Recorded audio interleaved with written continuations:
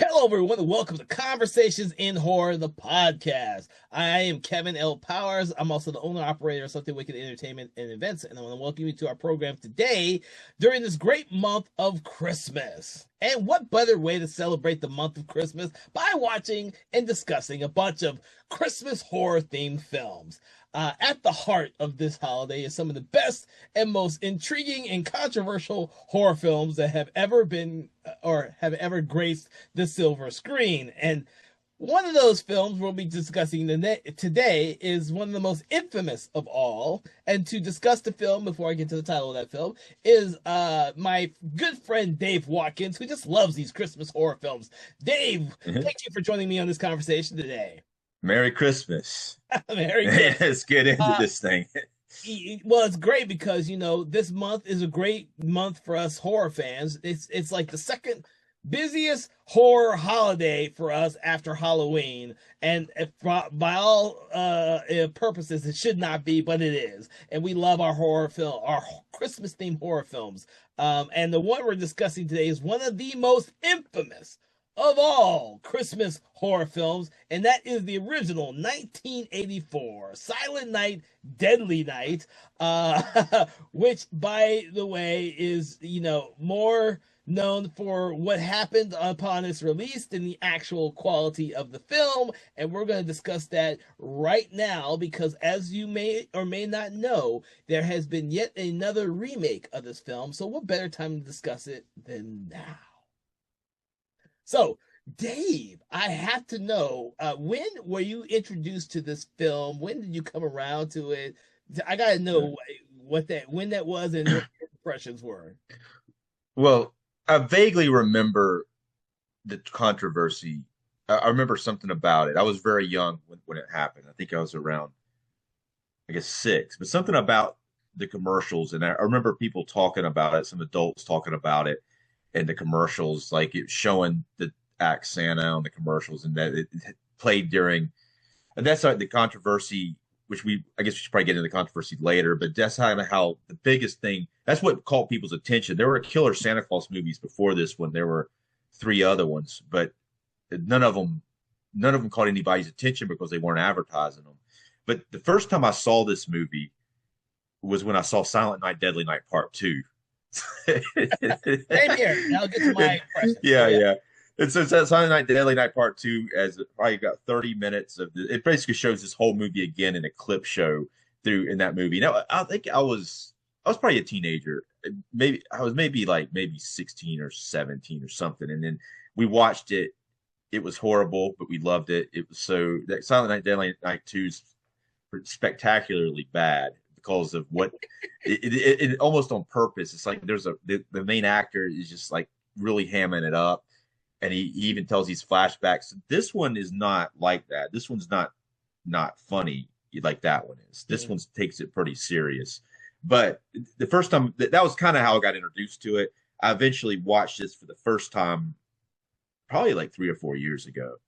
And I mean, really, I hadn't watched it before because I saw Silent Night, Deadly Night 2, and it pretty much shows the movie. But when you watch the movie, it is different than watching Silent Night, Deadly Night 2. I'll also remember the VHS cover of this, which was quite fantastic in the video stores. Okay, so for me, I saw Part 2 first when it came out. I don't remember if my mother had seen it, the first one already, and I just didn't see it. But I remember her renting this movie and renting the second one, and we watched that one. And obviously, I did not know that the footage at the very beginning was a retread of the footage for the first film. Yeah. But I liked the second one, and so I wanted to see the first one. And lo and behold, I know we had the first one on, because my parents were avid video recording people, so they would record just about everything that they would rent. So lo and behold, after we rented the second one, I find out that we already had the first one, and I had to go find it, and I watched it that way. That's how I remember watching these first 2 movies. And these have always been a guilty pleasure thing for me. I've never thought these movies were good, but they became my go-to for the holiday season because I was not or my parents just did not. I didn't watch like Christmas Evil or Don't Open the Christmas or Elves, or I didn't see any of those as a kid. Yeah. I did. I've still not seen some of those other ones. These were the ones my mother had on hand, and so I watched these religiously, no matter how bad they were. Well, and you mentioned the other ones. I haven't seen Elves either. That looks kind of cool, but I there's not like a good copy of it out there. But the ones that came out before this one, the very first Santa Claus Killer movie was a anthology film, Tales from the Crypt. They're 1972 British Tales from the Crypt, and they did a remake of that for the television show that had Larry Drake play the Santa. But in the original one from 1972, and then after that, Christmas Evil, and really those other ones are not going to be too much better. Tales from the Crypt was cool, but Christmas Evil, and there's one called Silent Night, Bloody Night that doesn't really have a Santa Claus in it, but it's from 1972. And then there's another one called To All a Good Night. You ever seen that one? Yes, I I've hadn't not seen it. seen Silent Night, Bloody Night. I've not seen any of those, dude. I Yeah. literally grew up only watching Silent Night, Deadly Night. Right. Well, yeah, I'm saying that at the time, though, that's your only other options. You didn't have, there's better ones now, but none of those other ones, this is probably better than the other ones, other options. Because Yeah. this is better than, to me, yeah, especially as a kid, when you look at Christmas Evil, feels like something out of the 70s. Yes. This one does feel, especially when they have like younger characters in this one too, because like, Christmas Evil has the main characters are kind of adults. This one is kids, but this one's told in this is kind of weird. This one's like a part slasher film, but it's also an origin film as well. So it's got like it's an hour and 22 minutes. You got Yeah.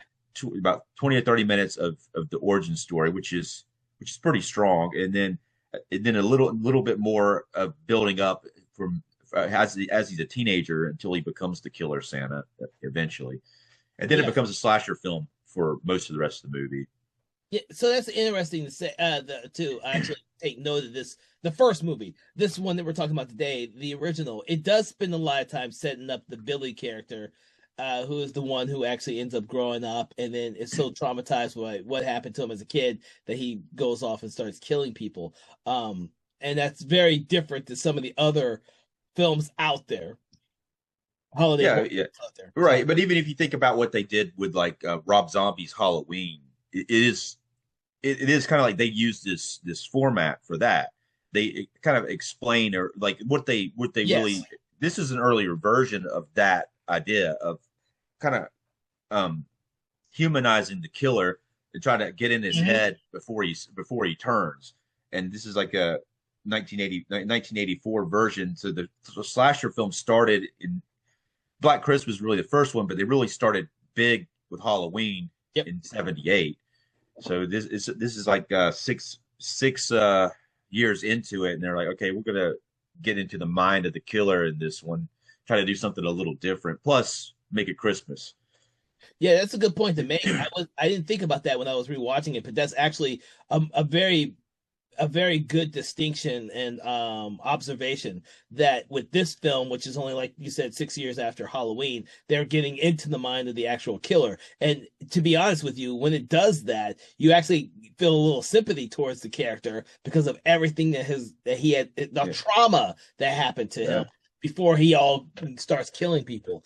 Um, And they make like there's so many, which could be a little annoying, but there's so many shitty characters in his life.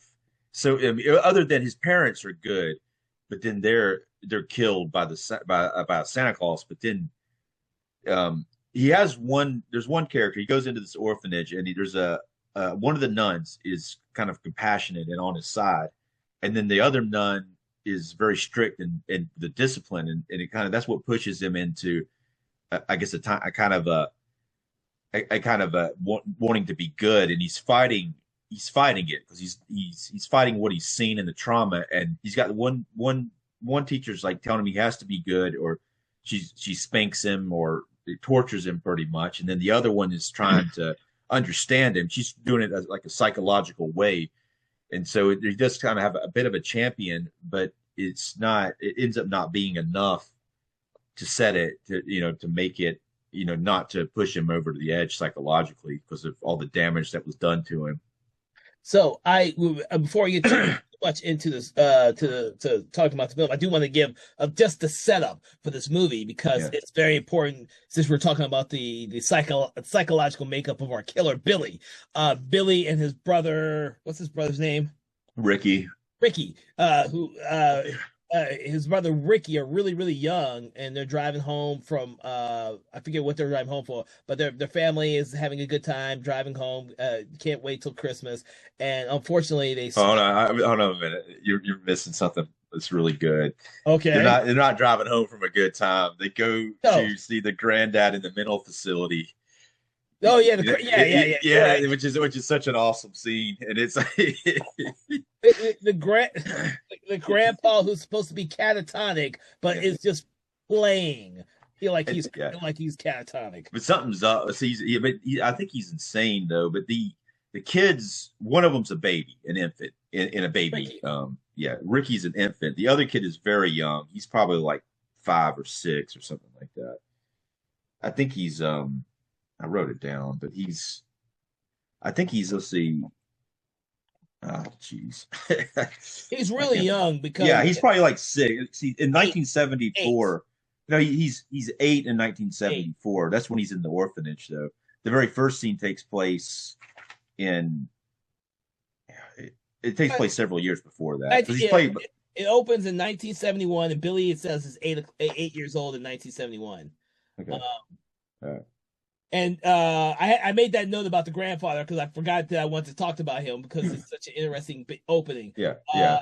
and they don't want to go see their grandfather, but it's what they do on Christmas or Christmas Eve. They go see the grandfather just to placate the grandfather, and of course, while the parents are away, grandfather comes out of his Yeah. psychosis or Yeah. catatonia. Yeah.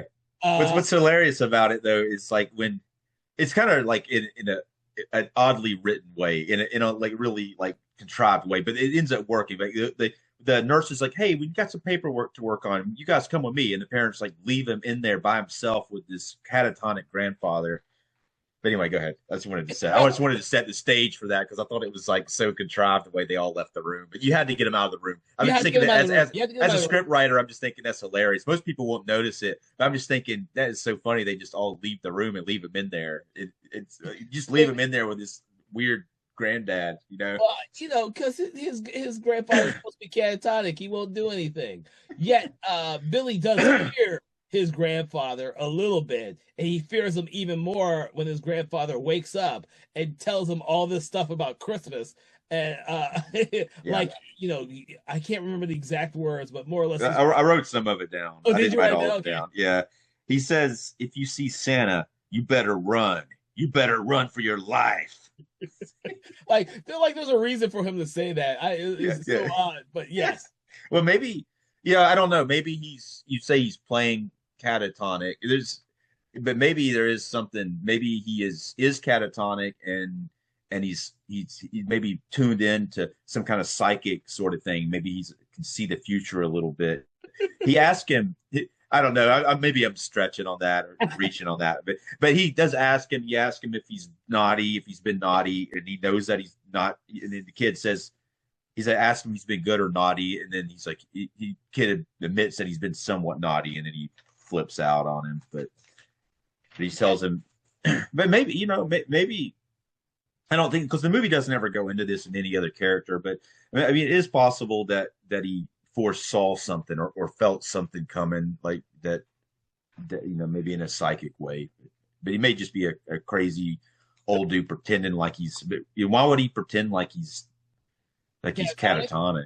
I You have no know, idea. but he, It makes no sense, but it's one of those things in this movie from the 80s that in the 80s they did a lot of random stuff like this in films. yeah, This is mid 80s, so I don't really know. To be honest with you. A lot of the late 80 movies decided to have stuff that doesn't really gel with the rest of their films, and you just kind of watch them to watch who gets killed and how fast they get killed and how they got killed. Whereas this one, that a lot of the kills are not nearly as graphic as what would come later in the 80s. So this scene right there at the very beginning is just off-putting, as though Christmas isn't a really safe holiday for you if you've been naughty.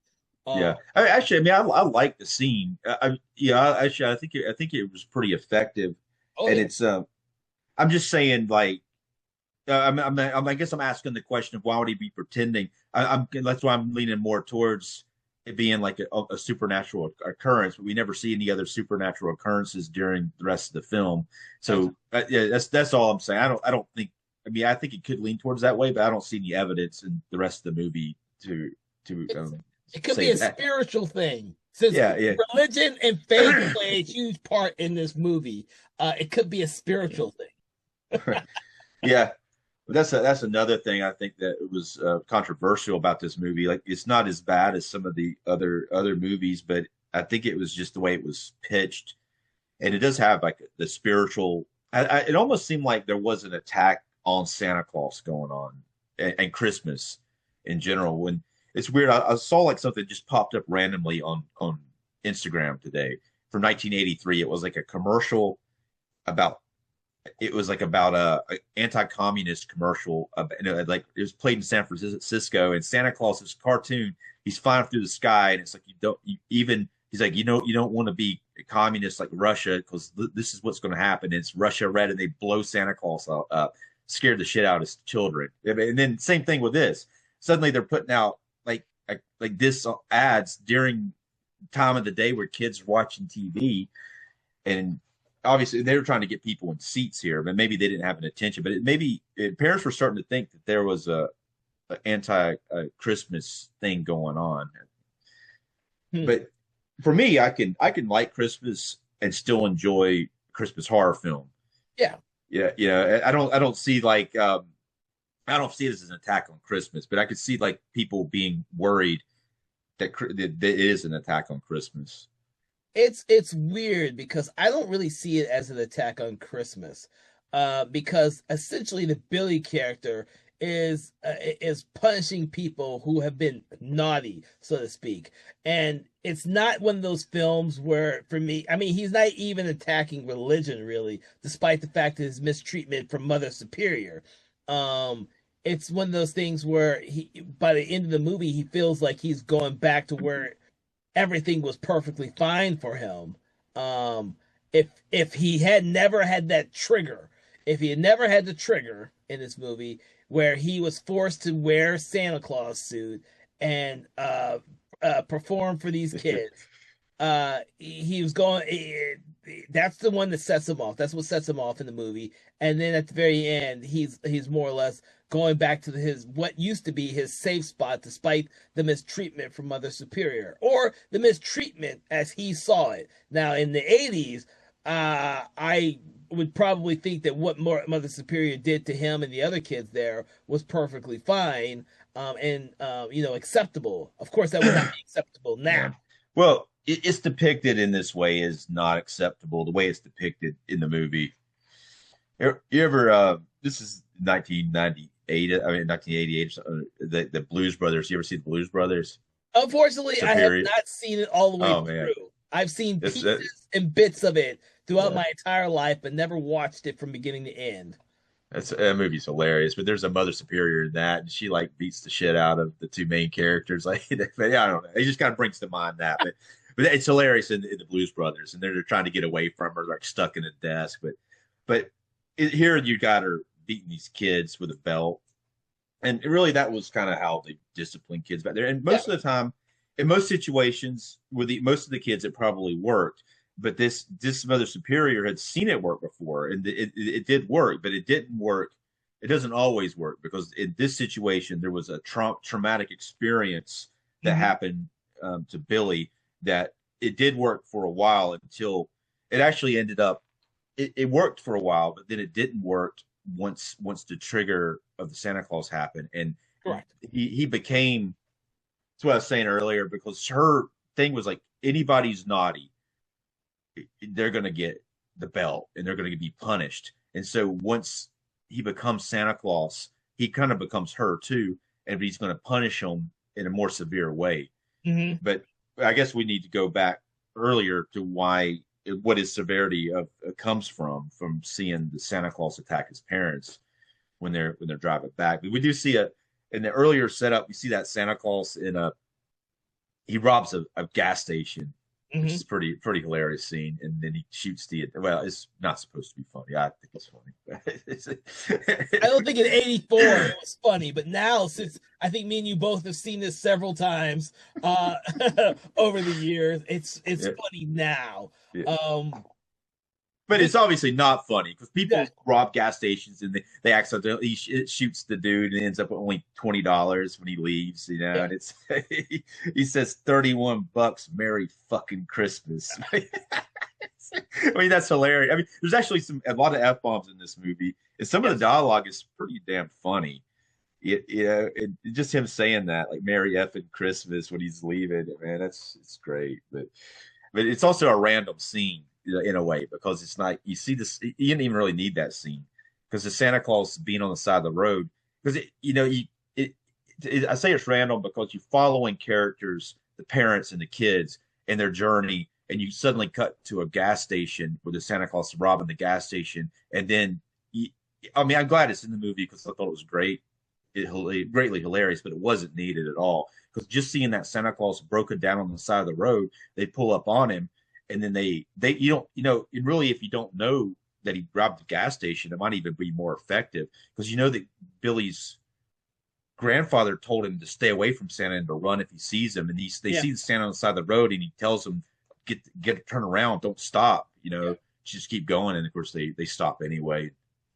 But it's actually interesting they actually do some dad does a pretty good maneuver that you almost don't expect because you don't expect for the direction to be realistic, but he stops, he notices the Santa Claus comes down, says some cryptic shit to him, and then he tries to grab him, and the dad actually hits reverse in the car, which is the thing you should be doing. He tries to get away, but then the Santa Claus shoots the dad Hmm. through the windshield. He falls out and dies, and then the kid gets out and runs away. But then he takes the mom and rips her shirt off, which it may seem a gratuitous or sexualization, maybe a little bit, but I think it's needed in this scene for him to see the Santa like do that. I think if this movie would have been, if it would have been, if they really like in real, I guess if you were thinking about that in reality, the Santa Claus probably would have raped the mom, but they didn't. They couldn't go that far with this movie, so they ended up him just ripping her shirt off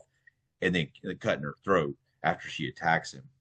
I believe it was, and I may be one of the very few people who would think this. You might agree. You might actually agree with me on that. I think you're right. I think it is needed because that trauma of seeing his mother get her blouse or her shirt ripped off by this Santa Claus and then almost being raped. She almost does, but doesn't because he ends up killing her. Traumatizes him to the point that when we see it later on in the film, with the one actress, I can never pronounce her damn name. I've never been able to pronounce her name properly, so I'm not gonna screw it up later. But when she's naked and he walks into Yeah. her and her Who is it? boyfriend. Leanna Quigley, right? Yeah, I can never That's probably, I pronounce don't it. think I'm pronouncing it right either, but yeah, she's been nude in like Return of the Living Dead and Yeah, also Night of the Demons, but yes. that's kind of her thing. It seems to work. It may be like she. I mean, I don't know. It's kind of her thing, but she really good in Return of the Living Dead. You know, She's if had a that she's had a very long career playing in horror films and stuff like that. And she, in a lot of them, she has been naked in. She's very famous for Return of the Living Dead in this film because the way she dies in this film. Everyone knows the way she dies in this film. But that trauma as he was a kid, it plays into his psychosis for when he sees other characters, especially like this. He's seeing this woman naked, and all this is triggering for him. I think it's much more powerful that he's watching violence and sexual violence on the right. from Santa, who's supposed to be like a not a protector, but this holier than thou good element, which is turned upside down. And then, of course, when he's stuck in a more or less a home for wayward children at the monastery or church, his ideal of these, which should be good people, which is Mother Superior and Sister Margaret. Yeah, Yeah, that's right. Sister Margaret. Um, it's not what you would expect as a nurturing atmosphere. Like if he had had a nurturing atmosphere after that trauma, he would have been a different person. But Well, maybe not. I mean, this thing festers, but it doesn't help. I don't think. no, no, Like we was talking about, like Sister Margaret, like I was saying, does try to help him yes, throughout his life, but it's not. I mean, I think the fact that she's not completely in charge, and she has to not do something like when she feels like she needs to do something, but she can't overstep Mother Superior in some instances where he's being punished in a ridiculous way, yeah. No, I unfairly a lot of times. no, I agree. But the film does go a long way in establishing that Billy, with Sister Margaret's influence over that time span of where he is a little boy or teenager to when he grows up, and she gets him the job at the toy store. We see a lot of a montage of him being like the most helpful employee, helping everyone out, giving everyone that extra special help whenever they need it. There's that's a very great scene to set up this character as this person who would be normal and would be someone we'd actually have as a friend or whatnot, until of course he experiences that trigger that brings about this huge trauma that he had when he was a kid. Because unfortunately for him, because it was both violence and sexual violence, and it was Santa Claus, it's something that is buried so deep in him that no one can help him get past it, not even his brother. At But that time. this, yeah, just to touch on that montage scene is really great, Yeah. and it has Christmas music. But he starts in the spring, and it goes through the spring until it gets to the Christmas. And what's interesting, because that's the first time you really see him as the oldest version of the character, was 18 years old. That's the first time you see him as that character. Before you even have a dialogue scene with him, really, you have this. You may understand everything about him just from this montage. Like at one point, they're drinking some alcohol, and they try to give him some, and he's like, "No, thanks. I'm just going to drink some milk," like that Yeah. sort of thing. But he has taken this. It's I think it's like this. There's I guess there's like a fight inside of him. There's a fight between Sister Margaret and Mother Superior, and they're both like really a conflicting. It's almost like a parenting thing too, when you have two parents who have different points of view on how a kid needs to be, and they're fighting each other, and he's got that turmoil inside of him, and of course, like that's enough to make one person crazy anyway when you got ways to parent. Um, one thing we with earlier when he's still a kid at the orphanage, and another sexual scene, he opens the door. Oh yeah. And then there's like two people at the orphanage, two adults, people working there having sex, and he sees that and he gets punished because he saw it. Yeah, but that's one of the times when he gets punished that's the most ridiculous. But it seems like she's constantly punishing him. She's always trying to make him. Well, I think Mother Superior knows. She knows what happened to him, and she feels that him more than anybody else needs to stay, needs to understand to be good, because she doesn't want him to become like a killer or whatnot. I think in her mind, Mother Superior's mind, what she's doing is the righteous thing, and that's keeping him on the straight and narrow track, because she thinks he's a naughty kid, and she has to kind of control that the best she can. That's what she thinks in her mind. But Yeah, I kind of get that impression too. I get the impression that she doesn't want him to stray from the righteous path, so to speak.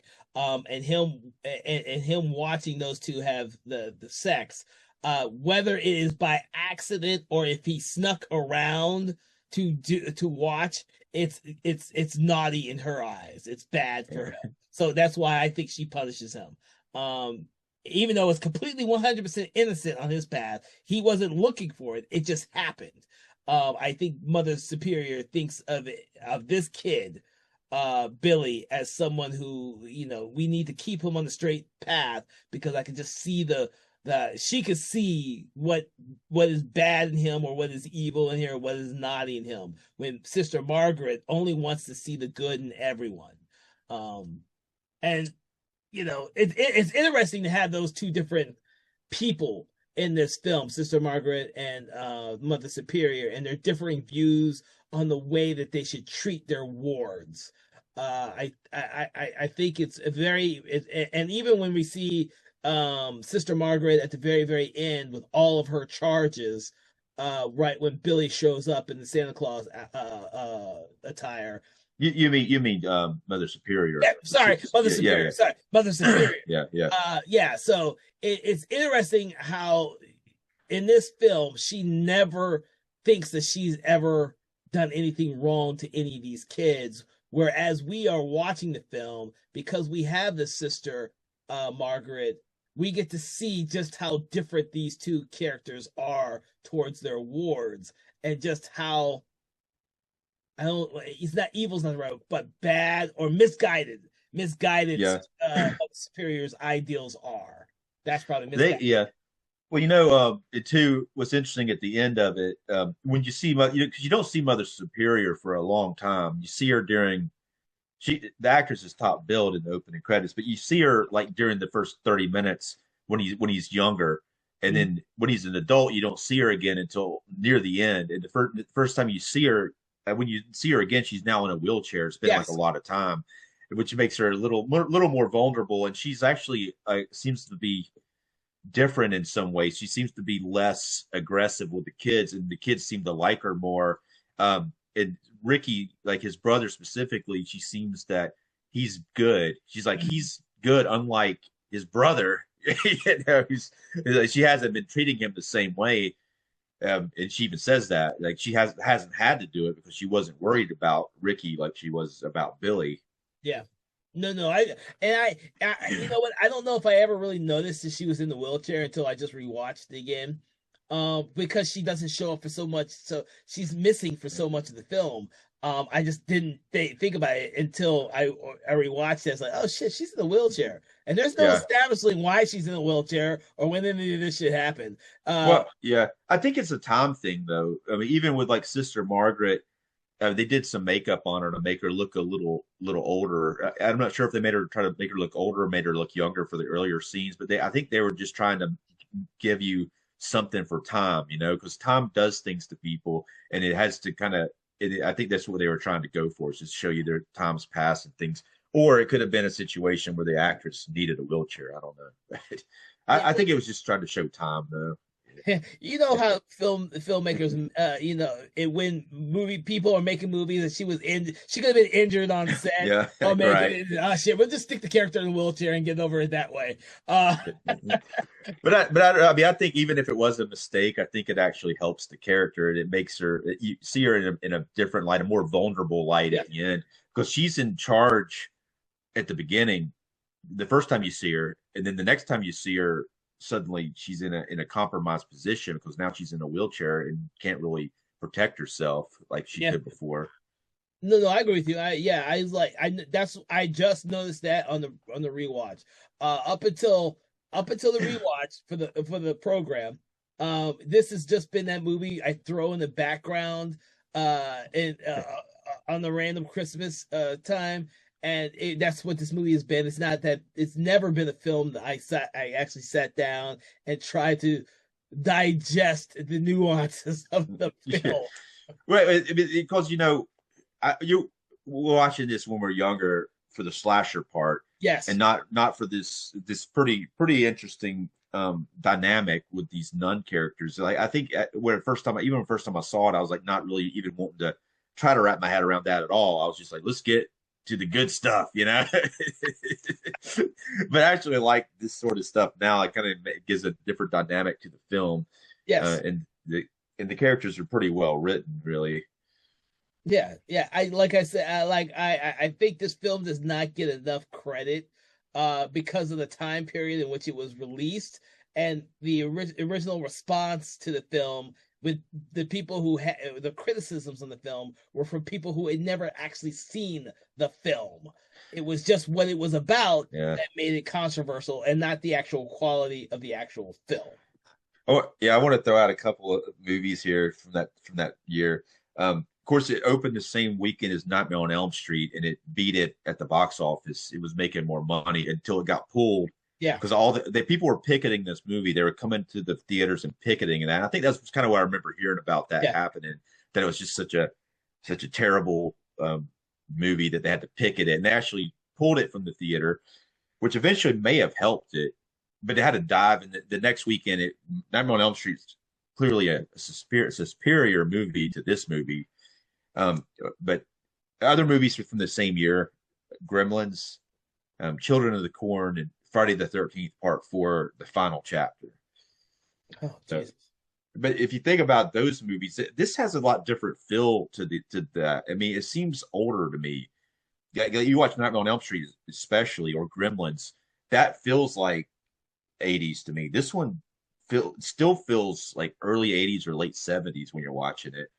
Yeah, it does. It definitely does feel like a late 70s film to me. Um I'm trying to think of the movie that I'm trying to think of because it feels a lot like it. Let me look just to the okay. Yeah, because I was about to say it feels more like a Maniac type film. Uh Yeah. and Okay. that was 1980s. 1980, not 80s. It's a, 1980. it, there was such a dramatic change in just a few years Mhm. between I think between 1980 and 1996 or 1994. It's just a big difference you can definitely tell the difference in a movie from 1980 and 1994, Oh yeah. except for this one. But if you look at, if you were to take, this one you could look at this one and say that could have been in but I would think maybe after 96, something happened there where things started to look a lot different. Well, we'll say this: that between this film and, like you said, 80, this is 84. So in 86, we also got the Henry Portrait of a Serial Killer, which was also one of the films that highlighted a serial killer. And I actually Yeah. remember that one more than I do this one because I almost saw Henry at the theater when it came out because my friend was dying. He was telling me all about this movie that was hardcore, and I was like, I ain't never heard of no movie called Henry Portrait of a Serial Killer and shit.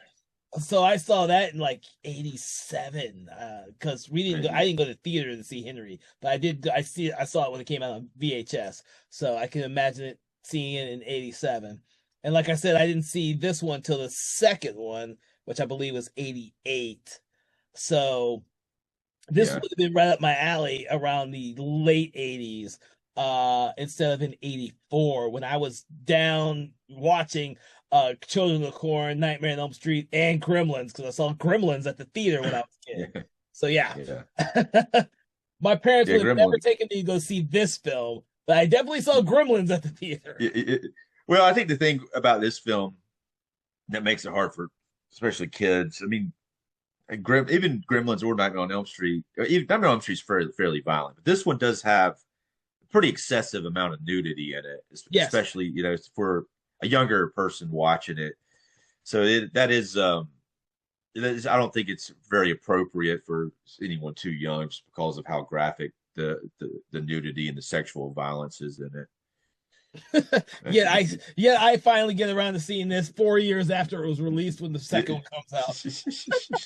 I No, get no, no, yeah. I mean, I don't know. I'm just saying that to me, I don't know either. yeah. Uh, I mean, yeah. I mean, I'm just saying if I was I'd feel completely comfortable showing Gremlins, even though it's scary to some kids. I think a 10-year-old or something, or even younger.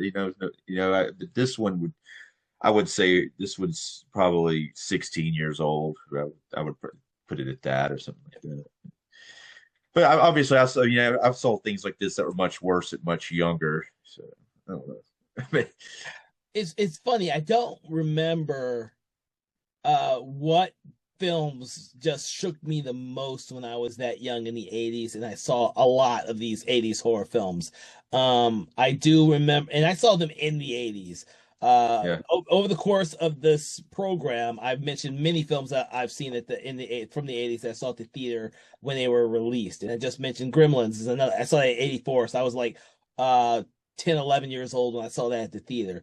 And that left an impression on me. But I never thought it was horrifying like some of the other friends of mine who grew up later were telling me this is one of the scariest. Gremlins was scary, and they would never go back and watch it. Yeah, I never thought it was scary at all, I but didn't think it was scary either. but I mean, I could see why they might think that. Especially especially the scenes after it gets dark and the mom's in the house by herself and she's attacked by several gremlins, which is a pretty awesome sequence. But that sequence is the mom was supposed to die in that scene is because they write her out of the script immediately. He takes over to the neighbor's house, so it's like that it would have made a big impression on the movie if the mom had died. The teacher gets killed too. That's pretty crazy too when that happens. But this film, I don't know. It's graphic. Don't get me wrong, it's graphic. And by 1988, 89, when I finally saw it, I was I don't know if it was cartoonish to me or what. This movie never scared me as a kid. Um, This movie is psychological though. It has a psychological. It's especially for a kid, because you think a kid becomes yes, a killer, so it's like it's not like the kid's the hero, like in like say Return of the Living Dead Part Two, where he's the hero. The kid becomes the killer. That's kind of again, that could be like leave an impression on a kid. It kind of encouraged him to become a Santa Claus killer. but, no, but it's like a different type of dynamic where I think a kid can watch a horror movie, but it makes it harder when they try to make you relate to the killer, and the killer's the main character here. yeah. And so that is what I wanted to get at with this conversation because that is what makes it so much different than other films. Because essentially is our killer is a kid who is traumatized, becomes a teenager, and takes out his trauma on other people, including a couple teenagers. The teenagers who steal the slides from the good teenagers.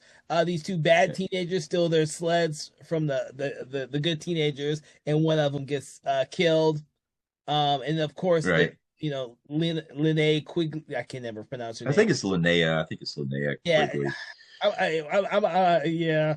hope to meet her one day so I could actually ask her how the hell to pronounce her name correctly. They Uh, probably got videos on it somewhere, but it looks like Linnea. But I want to get into this sled thing. I think we should talk about the shop first, though, because that's sort of the first thing that happens. And after the montage, you start to hear dialogue for the first time from Billy, and the first part you hear, there's a fucking coworker named Andy. He comes up to him and he's dropping the f bomb. I guess that's why I dropped the f bomb, because I'm just imagining that character in my head. yeah, It's kind of jarring too when you're watching this, like when the f bomb suddenly dropped, like very haphazardly, which it's just like, especially because you don't hear it for a while, and suddenly this Andy guy comes up. There's been this montage, and he's like, "Look here, I don't want to have a conversation with you about your work ethic." Pretty much what he's saying, but he's dropping the f bomb in every other word, and yeah, he's like, "You used to be good, and now." Yeah, now it's like you're zoning out. You're just not keeping up your end of the work. I mean, kind of like kids today when they start looking at their phones in the middle of. But he's also kind of seems to be distracted because of the Christmas stuff. They start putting up the Christmas decorations, and then during the montage he sees the picture of Santa Claus, and maybe that's what's causing them, or maybe it's the same thing with kids today. Like you have to ride their asses or they're not going to work. So yeah, Andy's kind of tired of him having to ride his ass and having to go out there and tell him everything to do or he won't do shit. So, but the Andy character is very.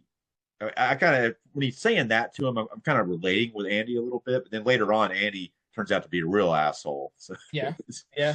Uh, but I got the yeah, impression that Andy is a character who is using Billy to do all the work that he doesn't want to yeah. do. Um, Yeah, I think everything he says in that scene is probably bullshit, probably. And at first I'm thinking he might. I mean, there's got to be some truth to it though. If he's saying he's zoning out, and but you're right. I mean, he turns out to be a complete prick, and he probably is using Andy so he doesn't have to do any work. yeah. And then of course, he's Andy's on the verge of raping the one girl, what's her name? Pamela? Pamela. Yeah, yeah, Pamela, the one that Billy actually likes a little bit.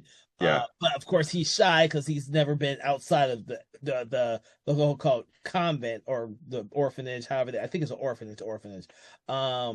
So he doesn't have that connection or that relationship, or I never explored those type of feelings towards someone else. And of course he's quiet the entire time.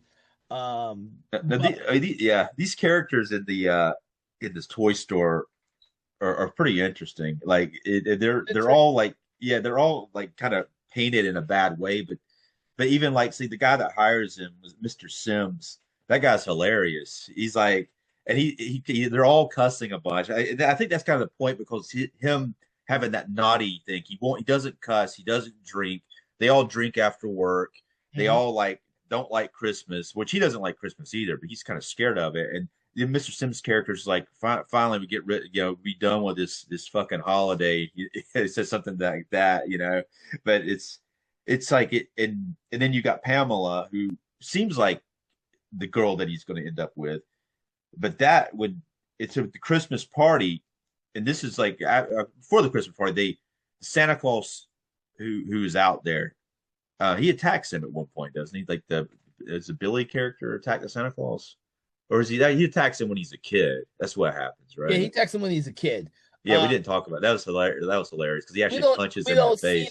the and when Billy's 18 or teenager, we don't see the Santa Claus is supposed to be in the mall because he doesn't show up because he was Oh no, drunk. yeah, you do see him at first though. You do see him. I don't think he interacts with him, but Uh, He's there in the scene. But then he got hurt, so then Billy has to become the Santa Claus. Well, it's funny because he comes back there. Mr. Sims comes back there and he picks Billy to do it yeah. of all people because he could pick Andy, he could do it himself, but he just picks Billy to be the one to do it. And there's like, Billy's like, yeah, sure, whatever you need, and then he tells him what it was, and he's just like, holy shit, Santa Claus. Who doesn't like Santa? Of course, our first scene with him as Santa Claus, he doesn't know how to control the kids, which is quite Yeah. funny in my opinion. This whole line of kids lining up to sit on Santa Claus laps and tell Santa Claus what they want for Christmas, and he can't control the one kid that's on his lap until he Yeah. makes some crude and very scary words to the child. It almost It's like traumatizes yeah, the yeah. child. It's like a girl that she's like just won't sit right on his lap. He pulls out some Mother Superior. It's kind of a combination of Yes. Mother Superior and his grandfather. What he says to her uh, scares her, and then Yeah. and then it shows the Mr. Sims character is like, oh, okay, cool, that worked. Yeah, yeah. He just has like kind of a shrug. He looks at the kid, kind of like a little bit. What happened? He's like, okay, whatever. No, it's Um, good that you mentioned that because I thought that too. That what he says and how he acts in that scene is very much how he was reacted or what was told to him from his grandfather and from Mother Superior. I never saw that until I rewatched it and when I was actually paying attention to all this stuff. yeah, yeah, And I right. got that then. I always thought the opening sequence was just funny to me with the grandfather. I never gave it much credence until we rewatched it, and I was like, oh, okay. That's how I now think this is a much better written film than I would have given it credit for back when I was growing up. Of course, like I said, and like you said, when we're growing up watching this damn movie, we just want to see people get killed and see some naked women. So, What couple of things I noticed in the store, like some of the toys, it's kind of cool. There's a Star Wars Jabba the Hutt set, and there's also a Kroll toy set. You see that? I did not see that. Yeah, yeah. And the Jabba the Hutt one's very pronounced. It's in the background of a scene that goes on for a while, right behind somebody's head. But I think I had that same one when I was a kid. Man. It's pretty cool. I probably Yeah, had that one too. I remember but having, or my yeah, brother. I remember my brother having the Job of the Hut playset. yeah, Uh, yeah. Yeah, it was a good one. Yeah, that was a good one. But yeah, but there's a bunch of them on the shelf. I'm like, damn. It was like just to have some of those Jabba the Hutt sets. Those things are probably worth a lot of money. But it's kind of funny that I didn't even know there's like a Kroll, from the Kroll movie that we covered. There's a toy set about that too. It has the main character's face on the front of it and stuff. Yeah, there was a few, and from my understanding is they were pulled very fast because the movie tanked at the box office. So it's funny. So they must have shot this in a working toy store, for that stuff to still be on the shelf like that. It must have been a working toy store. So Yeah, maybe so. Yeah, oh, it's a low apparently, budget yeah, movie, so I yeah. wouldn't be surprised. So Apparently, the location still exists. It's a gem now, from what I was reading about. mm. Yeah, so, Everyone because, buys their toys online. yeah. So on Christmas Eve, when everything's over, he's not going to be Santa Claus anymore, and everything seems like it might be okay. That's when he doesn't like a couple of things happen that trigger him. The Mhm. first thing that happens, the boss gets him to drink alcohol for the first time, Hmm. and that's him becoming naughty in a way himself. And then I think, and then that, and then the other guy, the Andy character, taking the Pamela goes with him willingly to the back, and they're making out, and the Andy guy just can't control himself. He decides he's going to rape her out of nowhere. Yeah, I was like, dude, this is your coworker. You're just gonna rape her right there Yeah, in the back row yeah, while your boss is up in the front. That damn, that's yeah, bold. yeah.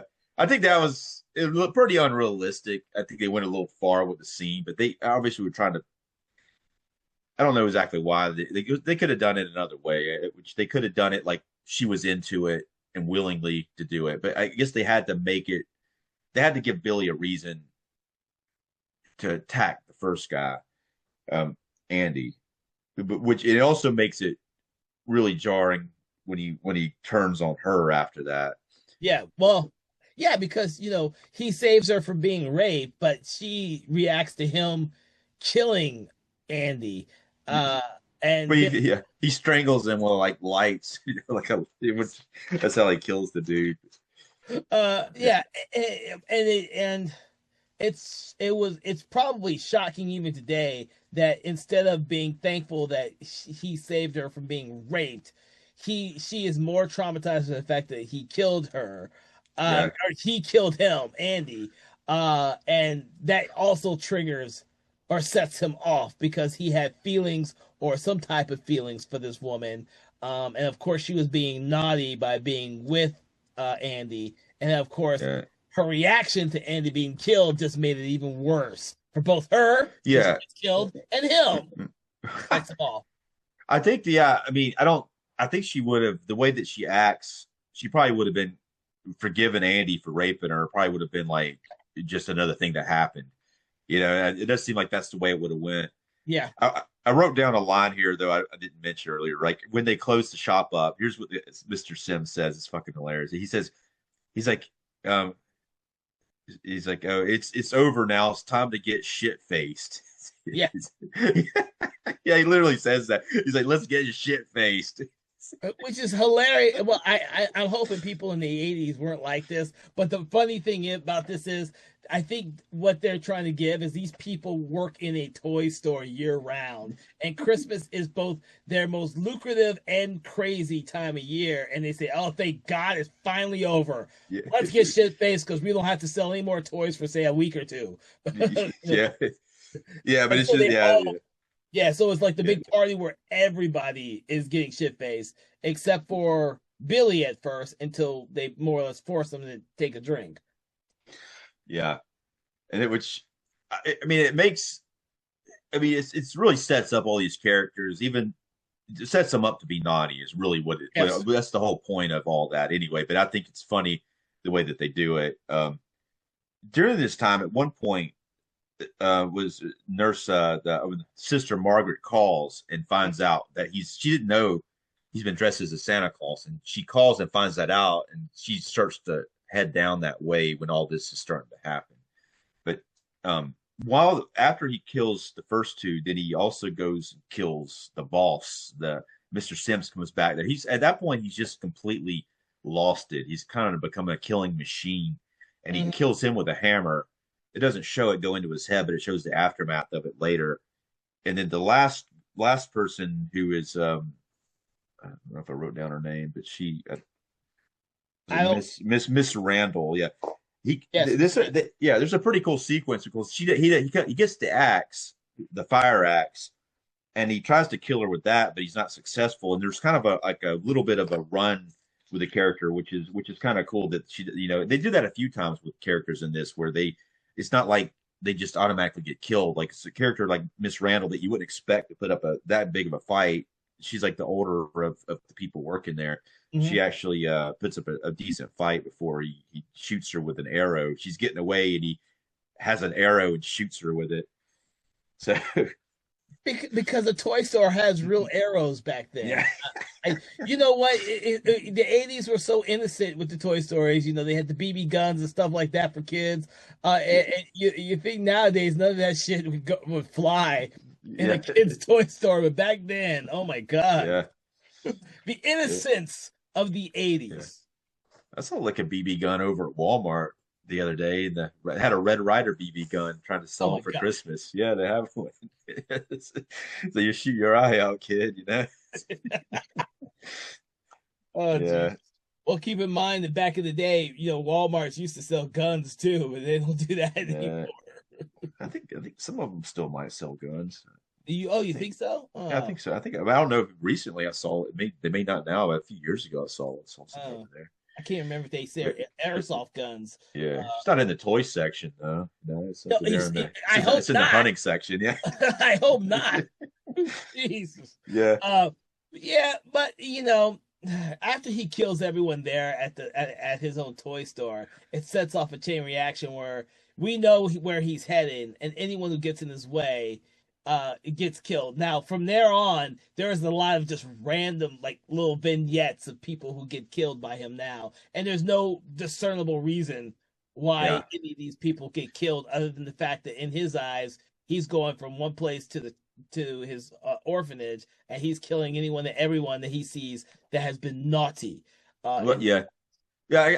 Like those. There's two sequences really where they're both pretty cool sequences. Yeah, Those two sequences could be completely cut from this movie, and it would make more sense because it is really random. But it's a cool. They're both cool sequences, but they're both very random, and that's something that script wise could have been set up a little better. Like the characters that he kills, if he would have interacted with them earlier and known that they're naughty, and then he goes out and specifically goes and kills those people. I think it could have been set up better. Like he maybe saw them in the toy store and he knew kind of where they were. mm, But I mean, that's just me thinking in hindsight. Obviously, what probably happened was they shot it and they're like, we need more kills, yeah. so they just added these extra scenes.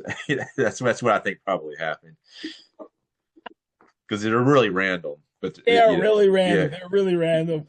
It's funny when I rewatch this. I specifically thought about that when I was rewatching this, and because it's been several years since I've seen this movie, and the fact that we've seen so many like horror movies and slash movies try to explain how all the killer kills all these people and why this film is like, oh, they're just random deaths. That's how this works back here in yeah. the mid '80s. Well, yeah. I mean, they're naughty though, because But the problem is with them being naughty, it's like he doesn't see them being naughty. How's he know they're being naughty? Because one thing, like Linnea Quigley's character is on top of the pool table with this other dude, and they're making out and they're Mhm. about to have sex. She's got her shirt off, and he's got his shirt off, and they're about, and that's just naughty. You can't have that. He doesn't see But that yeah, though. yeah, yeah. I mean, how's he know that's going on? On top of that, there's a little girl upstairs who's ready for Christmas. I guess it's her mom maybe or something, but that little girl's like wanting to come down there and hang out. And they're like, no, you stay up there. No, You she's know? babysitting. She's babysitting. Yeah, yeah, okay, yeah. She's a Yeah, she's babysitter. babysitting. Yeah, yeah. Yeah, yeah, yeah, they briefly mention it in there, and I had forgotten about all that too. Like I said, I've never really paid much attention, but this is her scene where she gets naked and she gets killed by one of the most memorable death scenes when Billy just picks her up like a rag doll and rams her into the horns of the freaking I think it's a deer. I think it's what it is. yeah. It's a really big one, but it's Yeah. yeah. What I mean, she does put up one heck of a fight, though. Oh yeah, yeah. I mean, I don't even see how like physically he could have done what he did because she was squirming like hell. Can you imagine like picking her up, and then she would still be squirming, you know. Yeah. But I mean, obviously so for it to work, she had to stop doing it. But she was like, that actress was really not wanting to be killed. You know? She has her shirt off for a gratuitous amount of time, which I think that might come off a little gratuitous. I didn't mind it myself, but I'm sure some people probably were like that. She has it off for like a ridiculous long time because she goes from the pool table, goes and checks outside to see a cat, and then he actually busts through the door too with the axe, but Yeah. kind of like The Shining. But she comes back in and he comes after her. She closes the door. He busts through the door, and there's this big fight. Um, so I don't know. It's a cool sequence, but it's like you say, it is random, and it does seem like it was tacked on as an afterthought. No, dude, until you mentioned it, I hadn't really thought about it being just a tacked on scene, but now forever I will think of it as just this random scene tacked on. But you don't think that though until later on, because it's like you see after after the after killing everybody at the store, him going back to the orphanage would be the next thing to do, Yeah. but that doesn't happen until the next morning. So that seems like the natural progression of what was going to happen based on the locations you've seen in the film and the characters you've seen in the film. That's why like all this would have worked better had you seen these other characters. And then the house thing is one thing, but the kids with the sled bully thing that you're talking about, that's Yeah. even more random than that. Because these kids and this has got to be pretty late at night, and they're in the middle of the woods sledding, and there's like two of them, and then two of them on the sleds, and these random bully guys show up and punch them and steal their sled, and it's like, okay, that was a little unnecessary, but and then apparently he saw them do this, I guess, because that's what makes him think they're naughty. But and then they go sledding down the hill, and he ends up cutting one of the kids' heads off with an axe. So in order for him to see any of this, he would have had to been up at the top of the hill and then move down to the bottom to chop the head off when he came down. Yeah, I thought about that too for the first time. I thought about, so how did he see all this happening? I never took it into consideration until I rewatched it. It's like, It's Yeah, it's a cool sequence just to watch these bullies get one of them get their heads chopped off because they're sledding, and it's funny.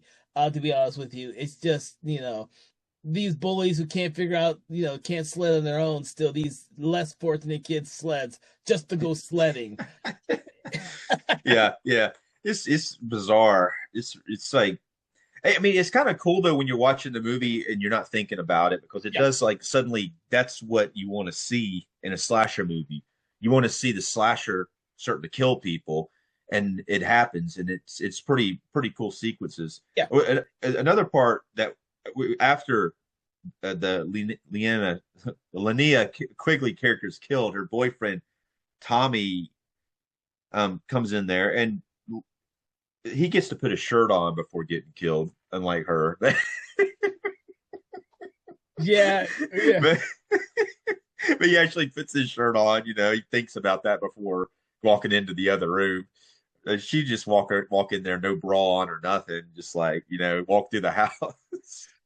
But there's carolers outside the house too before this happened. And she's just gonna go to the door with no shirt on. But he but he comes in there and he sees her. And his reaction is pretty good, seeing her hanging like, and that's a cool effect too when she's hanging up on the deer head with the horns through her.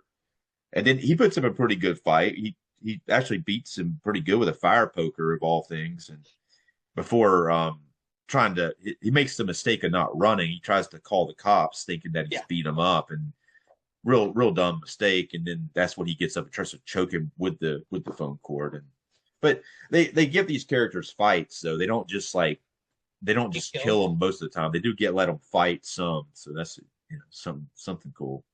And I wonder if that's because what I'm trying to think of Friday 13th. You said part 4 was about 84, so by Yeah, then people I don't remember seeing a whole bunch of slasher movies where they gave the people who are about to be killed actual time to fight back as much.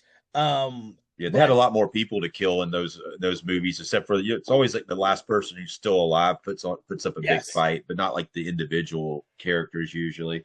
Yeah, but with this one, a lot of the individuals put up some type of fight before being killed, which makes it much more interesting. I wonder if stuff like this turned like your typical audience member away because, like I said, there's a lot of controversy surrounding this film, and you could almost see that some of these people are slightly being tortured before they are killed gratuitously on screen, between an arrow and hammers in the head and being impaled on deer antlers.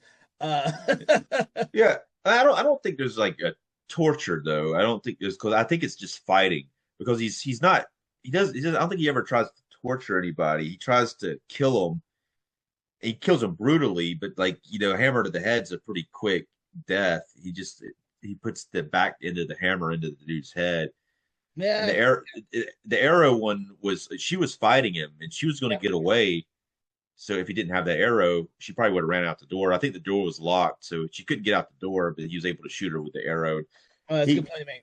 yeah, he So I don't think there's really any torture, which torture came later. That was like fight, and then later on, it's like okay, we got to come up with something new. We could torture them too to make it even more gruesome. So So yeah, so at this point we are more or less you making their deaths take a little longer than normal, but not torturing them just yet before we kill them. yeah, but he's not. The character's just there to punish. I don't think he's there to torture. Punish. Now, yeah. Good He word. starts saying, yeah. He's there to punish them in severe ways. Now, they're not going to learn anything from this lesson because he kills them. So No, that's a good word. yeah, Good word is punish. He is yeah. literally punishing those he sees as naughty. That's a good word to describe what he's doing. Okay. So I guess that, and then it brings us like to the last part of the film, then which is the orphanage during the day. Um, Well, I want to bring up the yeah, cops first yeah. because a lot we've mentioned. I'm trying to remember the movies from the '80s that we've already mentioned, where at some point cops show up to try and help bridge a lot of the Right. story And elements. this is actually something that we talked about too in the Hammer films, where this would always, in most Hammer films, the cops aren't part of the story until they need to be. Hmm. And it's usually during like the last third of the film, like or maybe sometimes in the middle, but most of the time it's in the last third of the film. They bring a cop into it when it makes sense for the cop to be in there because the sister Margaret does come. She shows up at the store, Yep. finds the dead people, calls the cops, and then she's working with the cops after that point to try to figure out where he's going to go next. Yeah. Yeah. And thankfully, she's has the insight to know almost immediately where he's going. Which is convenient for the story because now we have a place where they end the whole thing, but it leads them to the section where the cops are at the are at, get to the orphanage before he does. And so that makes for a confrontation of the cops. I didn't want to skip over the Yeah. cops Right. thing. Yeah. I agree. The Yeah. which is actually quite hilarious in a way. There's a cop. It was his name, Officer Barnes. So he's the one that they call because the sister Margaret and the main cop, I guess officer. I think his name's Officer Miller, but yeah, but they Captain call. Yeah, they're at the police station, which is kind of far away. I'm sorry, what was his name? Captain Richards. Richards. So he's like further away. They're Margaret and Richards are further away, so they have to call another cop. He Mhm. shows up there, and there's a Santa out there walking towards the kids, and he thinks it's Billy, and he tells him to stop, and he doesn't, and then he shoots him, and of course it's not him. So No, it's not him. It's another father that works there who's deaf, and yeah, which is so tragic to hear yeah, that type of story. That it's one of the fathers that are at from that orphanage slash church who's dressed as Santa for the kids, and the kids watch this trauma happen in front of them. yeah. The cops And, come and they shoot Santa. right, including his brother Ricky Yeah, does witness this, which in some way sets up part two. that's the part But too. yeah, but then the cops like all that Officer Barnes, he's all like, "Oh my God, what did I do?" And he's just like apologetic to. He goes and sees. That's when you see Mother Superior again in the wheelchair, and she kind of comes out and tells him off. Gives him her point of view. But like I was talked about earlier, it is interesting to see her demeanor has changed somewhat, and she does seem to be more reasonable with the kids than she was with the Billy character. And they all seem to be they seem to be like they seem to actually like her for the most part. It does seem that way for the short period of time we're able to spend with those characters. Yeah, yeah. I But kind of then, go ahead. go ahead. No, you were gonna say something about that part. Well, no, I wanted to bring up something else because the thing is, we assume that as an orphan, Billy is still lives at that orphanage since Sister Margaret got him the job at the toy store. But at this orphanage, with all of her wards, with Mother Superior, we don't see any other kids there other than really young kids at Yeah. the age of Ricky, his brother.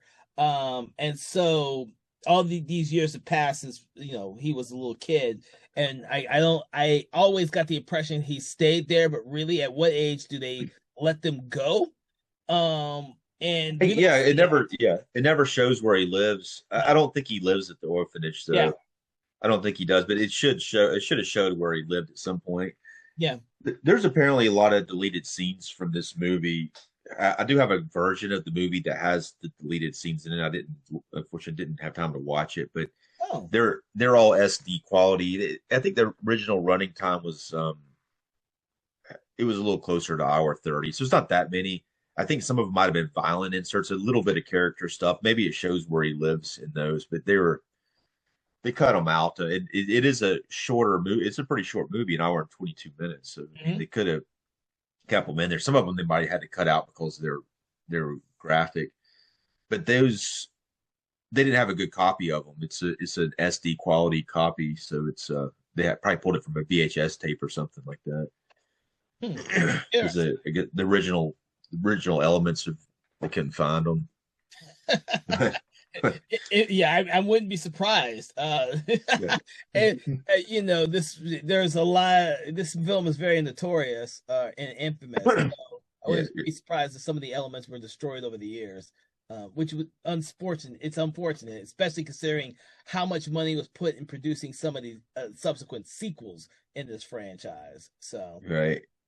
But that's at this point we spend a little too much time, I think, with Officer Barnes as he walks around he walks around the orphanage checking things out when he could have just stayed inside and protected everybody. yeah, I didn't really get that whole thing. If you're waiting for this killer Santa to show up, do lock up the insides everywhere and wait for him to show up? Yeah, I was not sure why the impulse was to have him go around the perimeter of the church yeah, and go into this. I couldn't get an idea of exactly what it is he walks down into because it was so big and it didn't yeah, seem like it was like a basement to the actual facility. It almost like a bunker slash storage unit that he walks in. right. It's so freaking huge. It's cool. Don't get me Yeah, wrong. It's cool. I just wasn't sure exactly what it was. yeah. Nah, it is cool, like you say, but it's like it's not. This is like the really bad time to be doing this in the movie. I'm saying this could have worked at any other part in the movie, but not during the last like 10 minutes. But this, the reason that they do it is because they had to get the cop out of there so he could get killed. That's the reason they did it. It doesn't make sense. What he does doesn't make sense, but that's why they wrote it the way that they wrote it. We needed one more good death Yeah. before the end. Well, I don't even know if that's the case. I think that they just needed him out of the picture so the Santa Claus can show up and confront Mother Superior, Yeah, for the last part. Because if the cop's there, that really complicates that last scene. yeah. So they had to get him out of there. So I mean, it's a hard writing thing when you think about that because they wanted to have the other Santa Claus get shot, and then you have to also have the cop not be there for the final showdown. So Yeah. I No, don't know. no, I I guess agree with you. yeah, We had to get rid of him because then he has to confront his greatest nemesis, so to speak, which is Mother Superior. And he does that in front of his brother, uh, Ricky. So, and it's a very important scene because then obviously, uh, the captain and Sister Margaret are just there at the right time uh to save everyone slash kill um Billy, who's in the costume, Santa costume. So yeah, it's unfortunate that the trauma begets more trauma for this movie, dude. right, yeah, yeah, and it's interesting, and it is kind of it is kind of bizarre that they just happened to show up right on time. That's one of those moments that kind of had to happen, I guess, in that way. Because he could have, he's Cinematic there, license. yeah. And it's like I don't think he's seen like another thing. I don't think he's seen Mother Superior for a long time when he confronts her here. But it's almost like I feel like that scene kind of it worked out. I think I almost feel like it could have used a little something more than what happens there, but it does work out that he gets shot, and then I don't. It's something about it feels a little off. The whole thing. It doesn't feel. It feels like something like then the Mother Superior. Um, let's see. The Mother Superior is I guess the younger brother Ricky blames her for Billy's death, even though she wasn't really her fault. But he does seem to address the naughty line, which Yeah, sets him up as the villain in the sequel towards her for some reason, and I don't know why that is exactly, other than to say it because she's not the one that shoots him, and she's trying to talk him down when he's in there. yeah. Yeah, No, I agree. Unless at some point Ricky has seen the abuse that Mother Superior put upon his brother and or other children yeah, that were her ward. It does seem odd, but it makes for a really interesting twist at the very end. Uh, right, it makes yeah. for a one hell of a little twist. Ricky is traumatized now, just like his brother was traumatized by Santa Claus. Yeah. And I mean, I think that, yeah, I think you needed that ending. I just think it was slightly off, is Yeah. all. It's like, but I think the ending is the right ending. But Oh yeah. yeah, I just felt like it was somewhat off, whether it be with the writing or with the way it's directed. But it seemed like a very chaotic scene. That's interesting. I have to think about that again. It's this film overall is one of those films where there are a lot of details that you kind of wonder why they are the way they are. And it's mostly in terms of logic, despite the fact that they work for the plot of the Yeah, movie that you're watching, but they don't always feel authentic and like the right choice. I guess it's the best way for me to say that.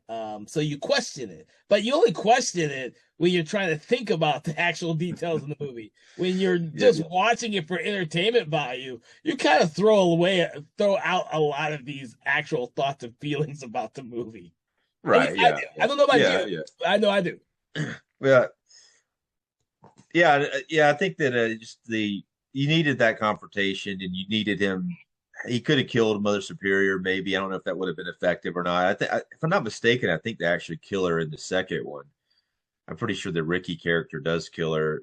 If it's been a little while since I've seen it, but I'm pretty sure he kills her. And I don't think the same actress plays her though. I think she's even more messed up in that one than in this one. So You know what? I don't know either because it's been a while since I've seen this entire franchise. It's probably been since a few years after the fifth one. but that second one is just bonkers. I think that I don't think Mother Superior really needed to get killed, but maybe that maybe maybe it makes more sense in the second one. But I don't. So it's probably been about 20 years since I've seen these movies. Yeah, Since the fifth one came out in 91. I did not realize it was that fucking old. Uh I used to watch these every freaking Christmas when I was younger, and then I guess after I went to college to study film, I didn't rewatch any of these movies again. Um, Right. This is really the only one of them that is somewhat of a something to analyze. The other ones are pretty straightforward for the most part. This one definitely has some parts that can be analyzed. I think there's things that are off, but I think the director is on to something interesting with what he was doing. mm, Which so yeah, the director too. I had some notes about him. okay, But he apparently did a lot of TV and a lot of movies. Like most of them, his name was Charles E. Sellier Jr.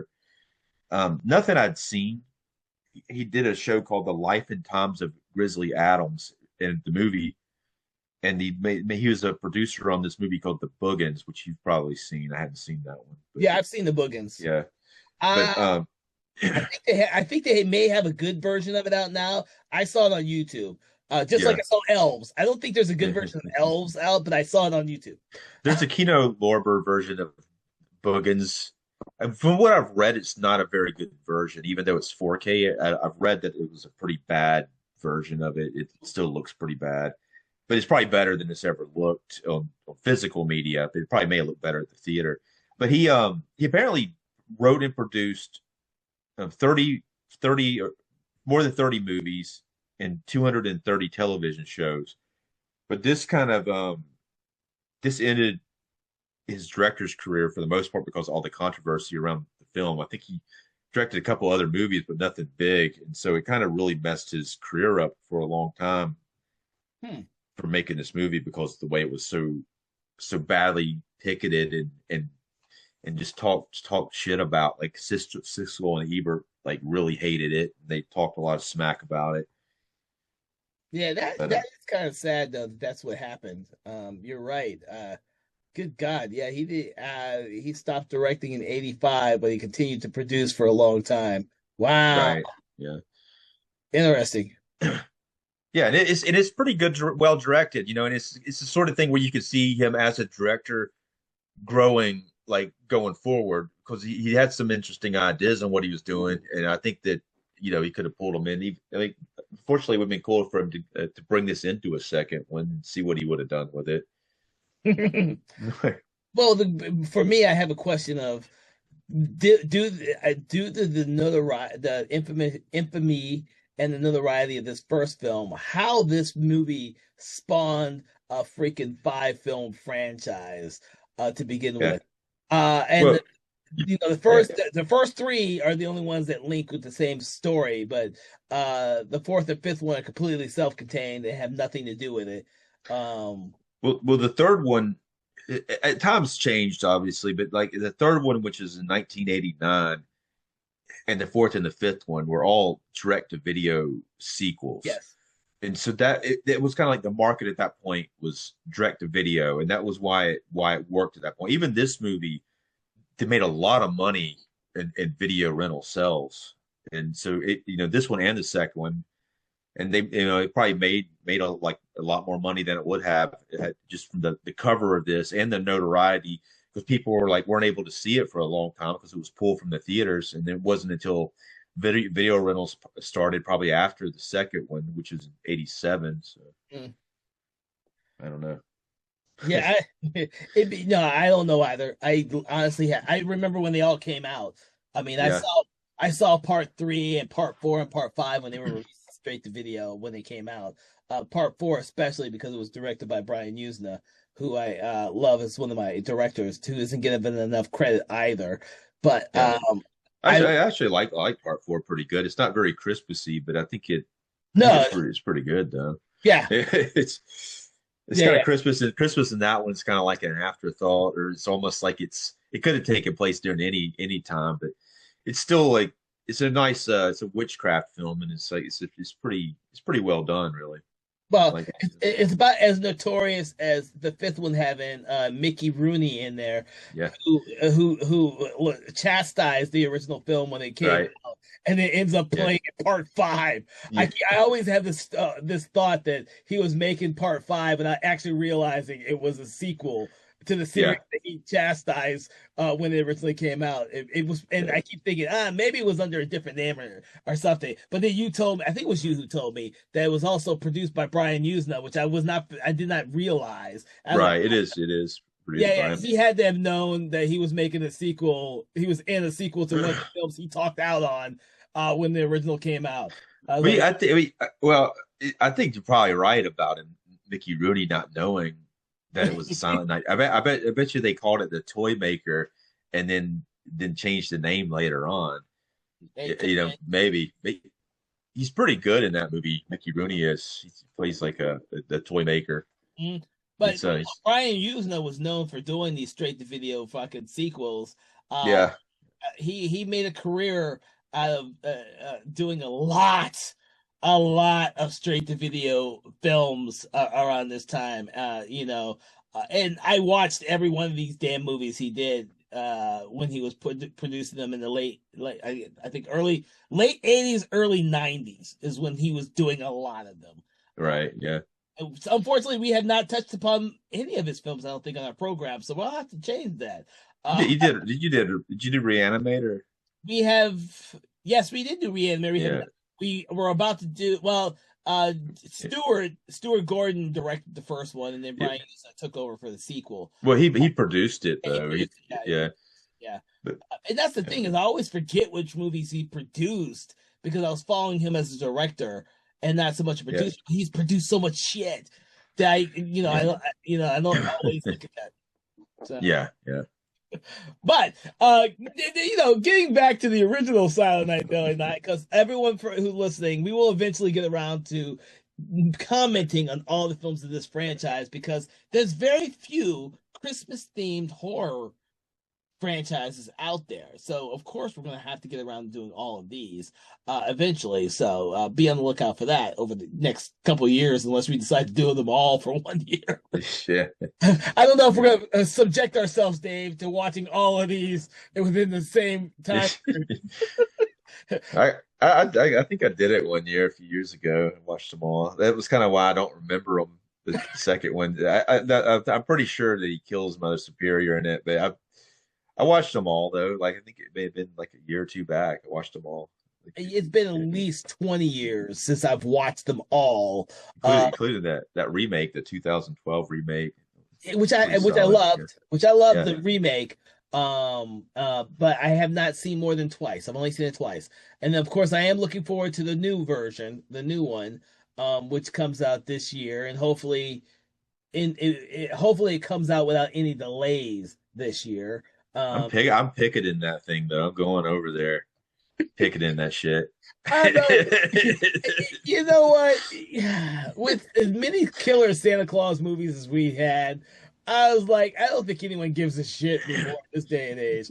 Nah, It's unfortunate that this movie is only remembered by general audiences for what happened when it originally was released, and it's not more fondly remembered. I mean, there's plenty of Christmas themed horror films out there, and as your listeners, we hope you take a time to listen to some of our other podcast episodes on the other Christmas themed movies out there that we're tackling this year. And we hope to tackle more because it's such a huge genre for us. There's so many great Christmas themed horror films nowadays. And there's more being made every year. It's it's like Halloween. It's the greatest holiday for horror to happen. yeah.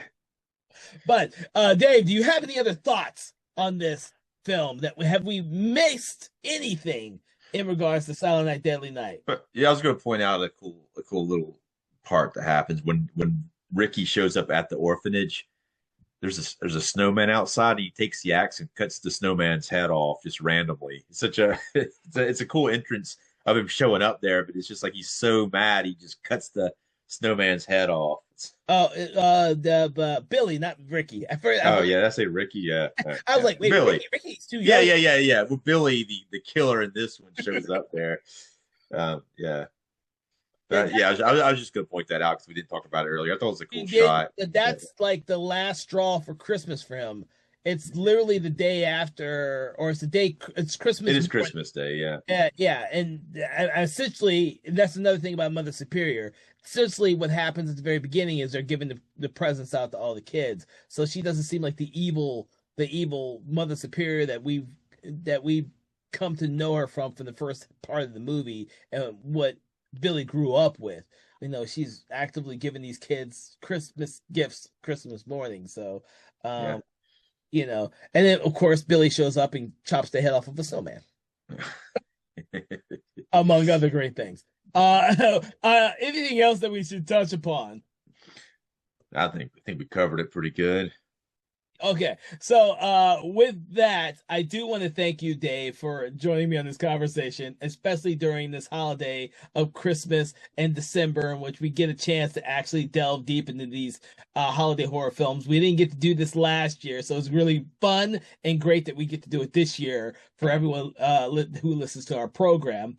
But what we love to do at the end of our program now is we love to rate the movie. We rate them from 1 to 5 stars normally, but we are now doing something different with our program in which we rate the film based on something we see or an object in the movie to make it a little bit more fun for everyone out there listening to our program. So 1 obviously is going to be poor, 5 is going to be great. And Dave has done this many times already in previous episodes. So Dave, what would you rate this film? Silent Night, Deadly Night, the original from 1984. So with this one, he uses several different weapons, but I'm going to go with what the most iconic one is the bloody axe, Mm. dripping with blood. I will give that one 3.5 bloody axes.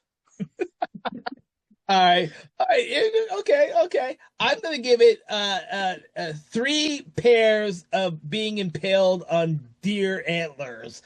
Is what I'm gonna give it because it one deer. I'm gonna fucking say her name correctly.